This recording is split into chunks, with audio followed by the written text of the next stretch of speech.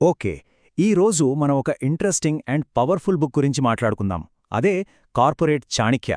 ఒక ప్రాచీన తత్వవేత్త నేటి ఆధునిక కార్పొరేట్ ప్రపంచంలో సక్సెస్ అవ్వడానికి ఎలాంటి సీక్రెట్స్ చెప్పారో ఈ corporate Chanakya book summary in Telugu డీటెయిల్డ్గా చూద్దాం. సాధారణంగా బిజినెస్ స్ట్రాటజీస్ అనగానే మనం వెస్టర్న్ దేశాల వైపు చూస్తాం గదా, కానీ అసలైన జ్ఞాన భాండాగారం మన దగ్గరే ఉందని తెలిస్తే నిజంగా ఆశ్చర్యపోతాం. ఒక్కసారి ఊహించుకోండి, క్రీస్తుపూర్వం 4వ శతాబ్దంలో రాసిన ఒక గ్రంథం 21వ శతాబ్దపు కార్పొరేట్ బోర్డ్రూమ్ సమస్యలను సాల్వ్ చేయగలదా? వినటానికి కొంచెం వింతగా ఉంది గదా, కానీ కౌటిల్యుడు రచించిన వేల సంవత్సరాల నాటి అర్థశాస్త్రం సరిగ్గా ఇదే చేస్తుంది. ప్రాచీన కాలం నాటి గ్రంథం నేటి మోడర్న్ బిజినెస్కి ఎలా అప్లై అవుతుందో చూస్తే వావ్ అనకుండా ఉండలేము. ఇది నిజంగా ఒక మైండ్ బ్లోయింగ్ పారాడాక్స్. ఈ విషయంలో మనకు ఒక అద్భుతమైన బ్లూ ప్రింట్ లాగా పనిచేసేదే రాధాకృష్ణన్ పిల్లయ్య గారు రాసిన ఈ కార్పొరేట్ చాణక్య పుస్తకం. ప్రాచీన కాలం నాటి రాజనీతిని ఆచరణాత్మకమైన వ్యాపార వ్యూహాలుగా, అంటే ప్రాక్టికల్ బిజినెస్ స్ట్రాటజీస్గా ఎలా మార్చుకోవచ్చో ఇందులో చాలా క్లియర్గా వివరించారు. ఎంతోమందికి ఇదొక పర్ఫెక్ట్ గైడ్ లాగా ఉపయోగపడుతోంది. ఈ మోడర్న్ మేనేజ్మెంట్ గైడ్ను రాయడానికి రచయిత ఎంత రీసెర్చ్ చేశారో తెలుసా? కౌటిల్యుడి అర్థశాస్త్రంలోని ఏకంగా 6000 అద్భుతమైన సూత్రాలను ఆయన లోతుగా అధ్యయనం చేశారు. 6000 సూత్రాల సారాంశాన్ని తీసి నేటి కార్పొరేట్ ప్రపంచానికి ఈజీగా అర్థమయ్యేలా మార్చారు. ఇంత భారీ సమాచారాన్ని మనం రోజూ వాడుకునేలా సింప్లిఫై చేయడం మామూలు విషయం కాదు. సరే, మరి ఈరోజు మనం కవర్ చేయబోయే 6 ప్రధాన అంశాలేంటో ఫటాఫట్ చూసేద్దాం. 1. ప్రాచీన జ్ఞానం, ఆధునిక వ్యాపారం. 2. విజయానికి 3 మూలస్తంభాలు. 3. నాయకత్వ కళ. 4. వ్యూహాత్మక నిర్వహణ. 5. ఆర్థిక క్రమశిక్షణ. మరియు 6. అంతర్గత చాణక్యుడు. ముందుగా మొదటి విభాగం చూద్దాం. ప్రాచీన జ్ఞానం, ఆధునిక వ్యాపారం. అసలు ఈ 2 యుగాల అనుసంధానం ఎలా జరిగిందో తెలుసుకుందాం. ఒక దేశాన్ని పాలించడానికి, రాజులకు సలహాలివ్వడానికి రాసిన సూత్రాలు నేటి మల్టీనేషనల్ కంపెనీలకు ఎలా ఉపయోగపడతాయా? ఇక్కడే ఉందసలు పాయింట్. టెక్నాలజీ ఎంత మారినా, 2000 సంవత్సరాలు గడిచినా సరే మనిషి సైకాలజీ అలాగే ఆర్గనైజేషనల్ డైనమిక్స్ పెద్దగా మారలేదు.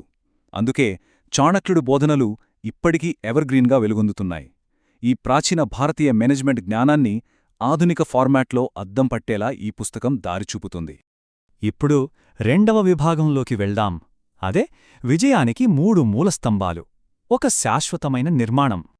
ఇందాక మనం చెప్పుకున్న 6000 సూత్రాలు గుర్తున్నాయి కదా? ఆ భారీ డేటాను రచయిత కేవలం 3 పిల్లర్స్గా ఎలా సింప్లిఫై చేశారో చూస్తే నిజంగా ఆశ్చర్యమేస్తుంది. కార్పొరేట్ ప్రపంచంలో రాణించటానికి ఈ 3 అత్యంత కీలకం. అవి 1 లీడర్షిప్, 2 మేనేజ్మెంట్, 3 ట్రైనింగ్. సింపుల్గా చెప్పాలంటే ఈ 3 చుట్టూ బిజినెస్ అంతా నడుస్తుంది. ఇక 3వ విభాగం నాయకత్వ కళ, అంటే లీడర్షిప్. ఇందులో ఎలాంటి భిన్నమైన వ్యూహాలున్నాయో చూద్దాం. ఇక్కడ చాణక్యుడి ప్రాక్టికల్ మైండ్ సెట్ ఎంత షార్ప్గా ఉంటుందో తెలుసుకోవడానికి ఈ 2 ఎగ్జాంపుల్స్ చాలు. ముందుగా, వ్యాపారంలో మరీ ఎక్కువగా నిజాయితీగా ఉండొద్దని ఆయన హెచ్చరిస్తున్నారు. ఎందుకంటే అడవిలో ముందుగా దేన్ని నరికేస్తారు? నిటారుగా ఉండే చెట్లనే కదా. అలాగే ఒక నాయకుడు పాములా కూడా ఉండాలి. పాముకు విషం లేకపోయినా సరే అది బుసకొడుతూ తనను తాను రక్షించుకుంటుంది. అంటే కార్పొరేట్ లైఫ్లో మనం ఎవరికీ హాని చేయకపోయినా అవసరమైనప్పుడు దృఢంగా స్ట్రాంగ్గా ఉన్నానని ఎదుటివారికి చూపించాలి. ఒక మంచి లీడర్ అంటే కేవలం ఆర్డర్స్ పాస్ చేయడం కాదు కదా. సంస్థలో పాజిటివ్ వర్క్ కల్చర్ క్రియేట్ చేయడం, భవిష్యత్ నాయకుల్ని గుర్తించి వాళ్ళని ట్రైన్ చేయడం, ఇవి అసలైన బాధ్యతలు. చాణక్యుడు చెప్పేది ఒక్కటే: పవర్ అంతా మన గుప్పిట్లో ఉంచుకుంటే లాభం లేదు. ఇతరులకు సాధికారత కల్పించడం ద్వారా, అలాగే ఎథిక్స్ను పాటించడం ద్వారా మాత్రమే నిజమైన విజయం వస్తుంది. నెక్స్ట్, 4వ విభాగం వ్యూహాత్మక నిర్వహణ. ప్లాన్ చేసిన దాన్ని ఖచ్చితత్వంతో ఎలా అమలు చేయాలో ఇది చెప్తుంది. 2వ మూలస్తంభమైన మేనేజ్మెంట్ విషయానికి వస్తే, ఒక ప్రొఫెషనల్ ఏదైనా కొత్త ప్రాజెక్ట్ మొదలుపెట్టే ముందు ఖచ్చితంగా వేసుకోవాల్సిన 3 ప్రశ్నల చెక్లిస్ట్ ఇది. నేను ఈ పని ఎందుకు చేస్తున్నాను? దీని రిజల్ట్స్ ఎలా ఉండబోతున్నాయి? నేనిందులో సక్సెస్ అవుతానా లేదా? ఈ 3 ప్రశ్నలకు క్లియర్ ఆన్సర్స్ దొరికిన తర్వాతే ఒక్క అడుగు ముందుకు వెయ్యాలని చాణక్య నీతి స్పష్టంగా చెబుతోంది. అప్పుడే ఏ పనైనా పర్ఫెక్ట్గా జరుగుతుంది.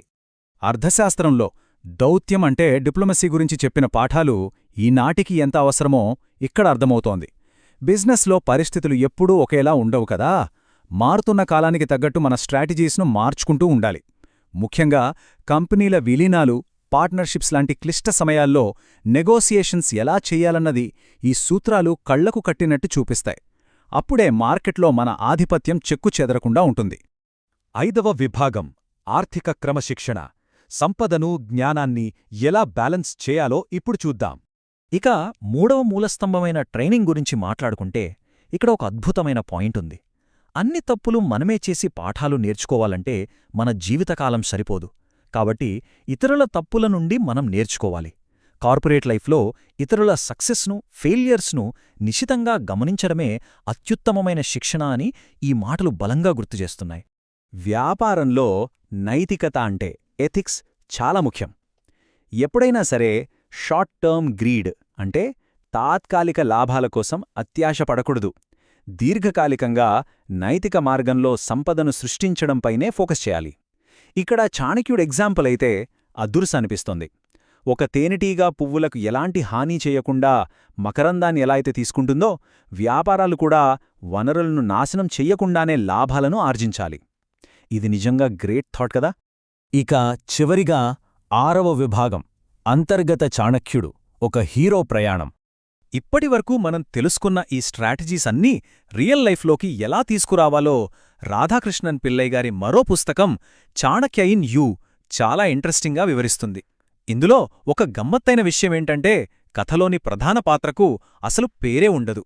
జీవితంలో ఏం చెయ్యాలో తెలియని ఒక సాధారణ కుర్రాడు ఈ అర్థశాస్త్ర సూత్రాలను ఫాలో అయ్యి ప్రపంచంలోనే అత్యంత ధనవంతుడుగా ఎలా ఎదిగాడో ఈ కథ చెప్తుంది. అంటే ఈ సూత్రాలు ఏ ఒక్కరికో పరిమితం కాదు, ఎవరైనా ఎక్కడైనా అప్లై చేయగల ఒక యూనివర్సల్ టెంప్లేట్ ఇది. ముగించే ముందు ఒక చిన్న ఆలోచన. వేల సంవత్సరాల నాటి ఈ ప్రాచీన జ్ఞానం మనలో దాగి ఉన్న ఆ అద్భుతమైన వ్యూహకర్తను ఖచ్చితంగా బయటకు తీసుకురాగలదు.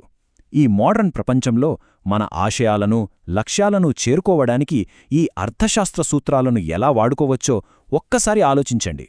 బహుశా మనలోని ఆ అంతర్గత చాణక్యుణ్ణి నిద్రలేపాల్సిన సమయమొచ్చేసిందేమో. ఈ ఎక్స్ప్లెయినర్ ద్వారా ప్రాచీన జ్ఞానం నేటికి ఎంత పవర్ఫుల్గా పనిచేస్తుందో అందరికీ అర్థమైందని ఆశిద్దాం.